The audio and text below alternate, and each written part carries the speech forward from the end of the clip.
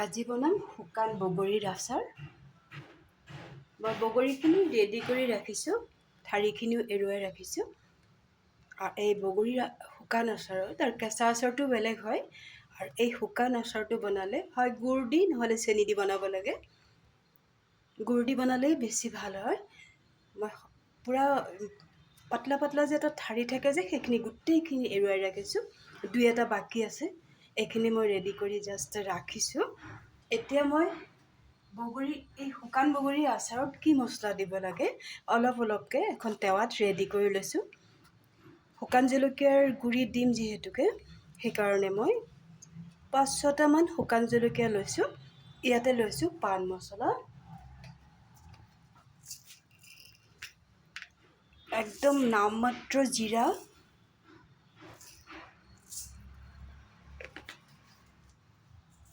ইয়াত বগৰী মোৰ 1.5 কেজি আছে।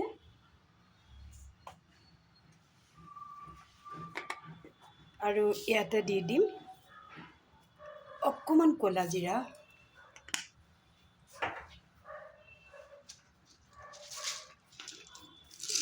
টেষ্টৰ কাৰণে কেইটামান জালুক,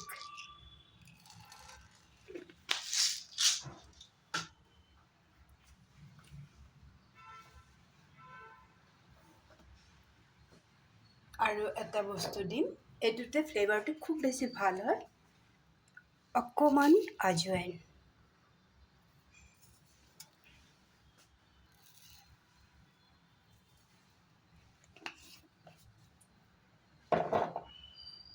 এতিয়া মই গেছটো জ্বলাই মছলাখিনি অলপ গৰম কৰি ল'ম।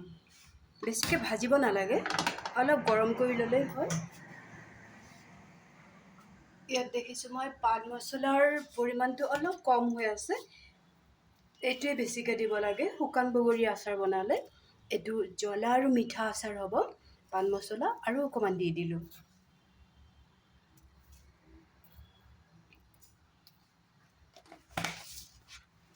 ইয়াত অন্য আচাৰ বনালে যেনেকৈ মেথি দিব লাগে আৰু বহুত কিবা মছলা দিবলগীয়া হয়, সৰিয়হ দিবলগীয়া হয়, কিন্তু এই বগৰীৰ শুকান আচাৰত জ্বলা মিঠা আচাৰটো বনালে ইমান বেছি মছলা দিবলৈ কোনো দৰকাৰ নাই। সেইটো 2টামান জালুক দিবলৈ একদমেই নাপাহৰিব। জালুক দিলে অকণমান টেষ্টটো ভাল হয়। আৰু পৰাপক্ষত গুড় দি বনাবলৈ চেষ্টা কৰিব। সামান্য পৰিমাণে জিৰা দিব, অকণমান ক'লা জিৰা, আজৱাইন অকণমান দিব। আৰু শুকান জলকীয়া কেইটা দিছোঁতো দেখিছে। ইয়াতে মই আৰু এটা বস্তু ব্যৱহাৰ কৰিম, কাৰণ মিঠা আচাৰ হ'ব যিহেতু, জ্বলাও হ'ব লগতে। তাতে 2টামান মছলাখিনি মোৰ প্ৰায় গৰম হৈয়ে গৈছে।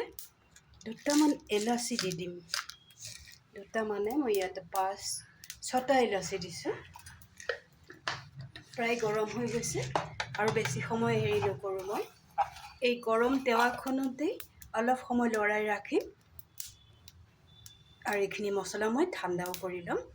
গেছৰ ফ্লেমটো অকণমান সময়ৰ কাৰণে অফ কৰি দিছোঁ। অফ কৰি দি এতিয়া মছলাখিনি ভালকৈ মিলাই লওঁ। মিলাই মই ঠাণ্ডা কৰি লওঁ।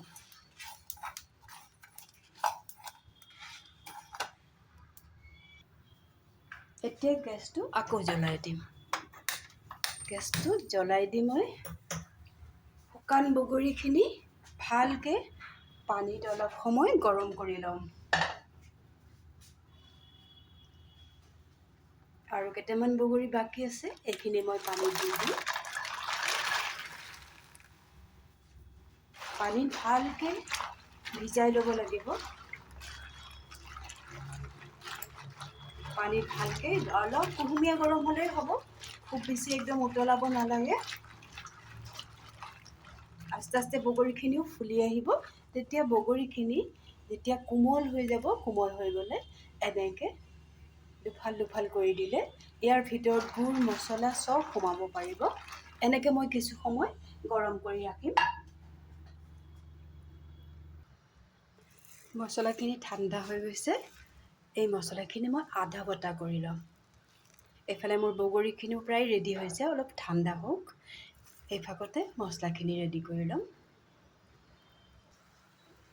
বগৰীখিনি ভালকৈ কোমল হৈ গৈছে। এতিয়া মই এনেকুৱা এটা ষ্ট্ৰেইনাৰত বগৰী পানীখিনি একদম ভালকৈ চাকি ল'ম।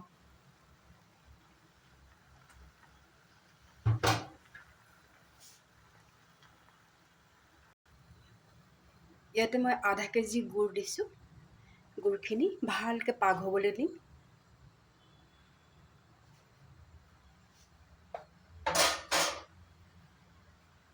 আৰু বগৰীখিনিও এনেকৈ চাকি লৈছোঁ।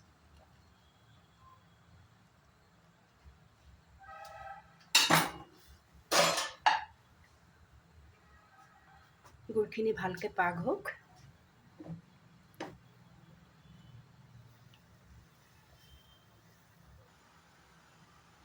গুড়খিনি ভালকৈ পাক কৰা হৈ গৈছে। এতিয়া ইয়াতে বগৰীখিনি অলপ অলপকৈ দি দিম। বগৰীখিনি মই হাতেৰে অলপ অলপকৈ ফালি লৈছিলোঁ। তেতিয়া তাত মছলা গুড় চব সোমাব।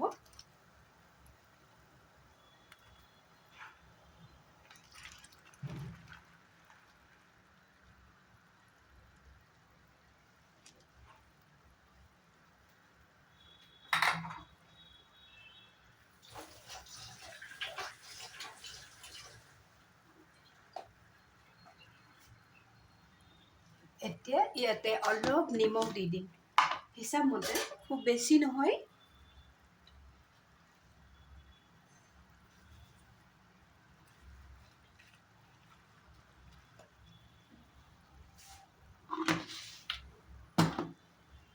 এতিয়া বগৰীখিনি এই পাগ হোৱা গুড়খিনিৰ লগত ভালকৈ মিলাব লাগিব।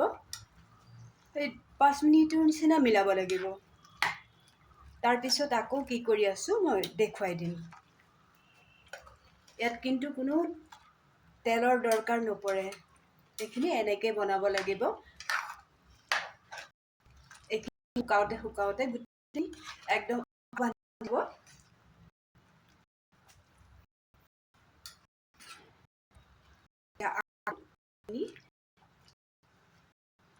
প্ৰায় 5 মিনিট এনেকৈ গুড়ৰ পাগ হোৱা গুড়খিনিৰ লগত বগৰীখিনি ৰাখি দিম আৰু অলপ ছফ্ট হৈ যাব। বেছিভাগ বগৰীখিনি মই ভাঙি ভাঙি দিছোঁ যাতে মছলাখিনি ভালকৈ সোমায়। সেই যে মছলাখিনি ভাজিছিলোঁ যে এইখিনি মই আধা বটা কৰিছোঁ। এতিয়া ইয়াতে মই অলপ দিম, বেছি নিদিওঁ। বাকীখিনি মোৰ যেতিয়া লাষ্টত গোটেই বগৰী আচাৰখিনি ৰেডি হৈ যাব, তেতিয়া আকৌ এইখিনি মই দি দিম।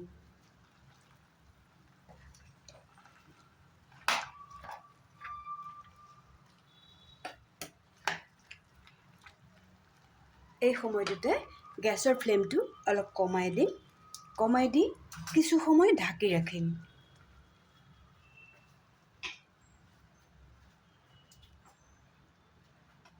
নহ'লে তলত গুড়খিনি লাগি যাব। এনেকৈ ঢাকি দিলোঁ।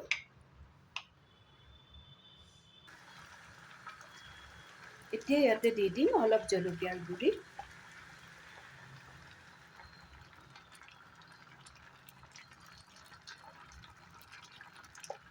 জলকীয়াৰ গুড়ি বা মছলাখিনি বগৰী যিমানখিনি থাকে সেইটো হিচাপ কৰি এটা নিজৰ হিচাপ মতে দিব। তেতিয়া টেষ্টটো ভাল হ'ব। বেছিকৈও নিদিব, খুব কমায়ো নিদিব।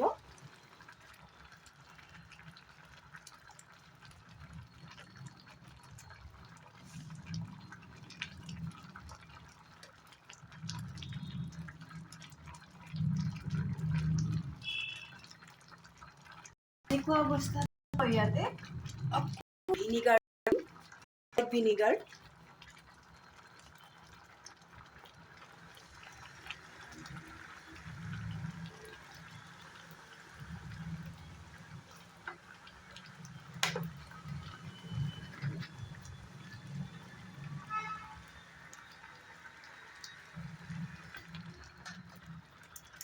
যিখিনি মছলা বাকী আছিলে সেই মছলাখিনিও ইয়াতে আকৌ এড কৰি দিম।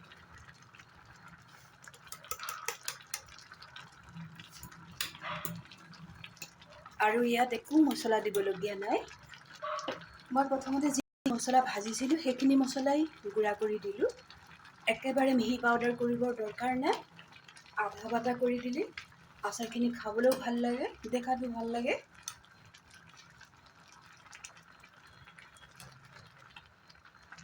এনেকৈ আৰু 2-1 মিনিট ৰাখি দিলে মোৰ বগৰী আচাৰখিনি ৰেডি হৈ যাব। আৰু 2-1 মিনিট গুড় আৰু মছলাৰ সৈতে ভালকৈ যাতে মিলি যায় তাৰ কাৰণে আকৌ অকণমান সময় ঢাকি থৈ দিওঁ। এতিয়া গেছৰ ফ্লেমটো অকণমান কমাই ৰাখিছোঁ। বগৰীৰ আচাৰখিনিত মিঠা কম হৈছেনে না বেছি হৈছে বা জোখত হৈছে, এই বস্তুটো এইটো সময়তে অকণমান টেষ্ট কৰি চাই ল'ব এখন চামুচেৰে উলিয়াই। পিছত কিন্তু যদি মিঠা কম হয় পিছত ব্যৱহাৰ নকৰিব, কাৰণ এইখিনি যেতিয়া ঠাণ্ডা হৈ যাব আস্তে আস্তে চেনিখিনি গলি থাকিব, পানী হৈ যাব আচাৰখিনি, তেতিয়া কিন্তু আচাৰখিনি বেছি দিন ৰাখিব নোৱাৰিব। সেইকাৰণে এনেকুৱা অৱস্থাতে গেছৰ ওপৰত থকা অৱস্থাতে চেনি বা গুড় যদি কম হয় অলপ ইয়াতে দি দিব। মোৰখিনি একদম জোখৰ হৈছে, মই টেষ্ট কৰি চালোঁ। চব বস্তু একদম হিচাপমতে হ'ব লাগিব, জ্বলাটো ঠিক ঠাক, নিমখখিনিও ঠিক ঠাক হ'ব লাগিব, মছলাটো কিমানখিনি বগৰীত দিব লাগে মই দেখুৱাই দিলোঁ। মোৰ বগৰী আচাৰখিনি প্ৰায় ৰেডি হৈ গ'ল। এতিয়া ইয়াতে মই আৰু এটা বস্তু দিম, এইটো ক'ব পাহৰি গৈছিলোঁ, সেইকাৰণে দেখুৱাই দিলোঁ।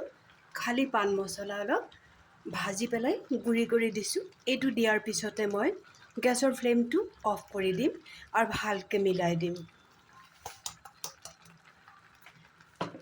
বগৰীৰ মিঠা আচাৰত পাণ মছলাটোৱে মেইন বস্তু।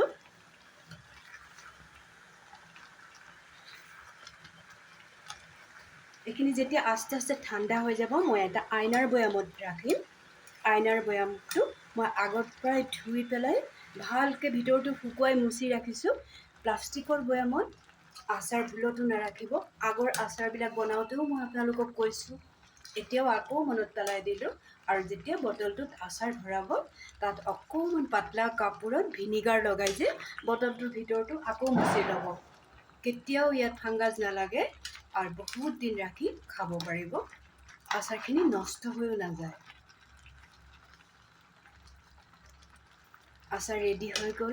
শুকান বগৰীৰ মিঠা আৰু জ্বলা আচাৰৰ ৰেচিপিটো আপোনালোকৰ কেনেকুৱা লাগিল? আপোনালোকে বনাব যদি বগৰী আছে। মইতো বগৰী অনাবলগীয়া হৈছে অসমৰ পৰা, আমাৰ ইয়াত পাবলৈ নাই, আজিলৈকে দেখিবলৈও নাপালোঁ। সেইকাৰণে মই মোৰ নিজৰ জেগাৰ পৰা আনিহে মই এইখিনি বনাব পাৰিলোঁ। আপোনালোকৰ নিশ্চয় আছে, য'ত যোনে আছে তেওঁলোকে তাতেই বগৰীৰ এই শুকান আচাৰটো এনেকৈ বহুত দিনলৈ বনাই থৈ দিব পাৰিব। ৰেচিপিটো যদি ভাল লাগিছে তেনেহ'লে লাইক শ্বেয়াৰ কৰিব একেবাৰে পাহৰি নাযাব। কমেণ্ট কৰিব, আগতে বনাব, বস্তুটো কেনেকুৱা হয় মোক জনাব। সকলোৱে ভালে থাকক, সুস্থ থাকক, কমেণ্ট কৰিব পাহৰি নাযাব। আজিলৈ ৰাখোঁ। মই এইখিনি ঠাণ্ডা হ'লে বৈয়ামত ভৰাম, সেইকাৰণে, আৰু এইখিনি সহজে ঠাণ্ডা হৈ নাযায়, সেইকাৰণে মই এতিয়াই দেখাই দিব নোৱাৰিলোঁ।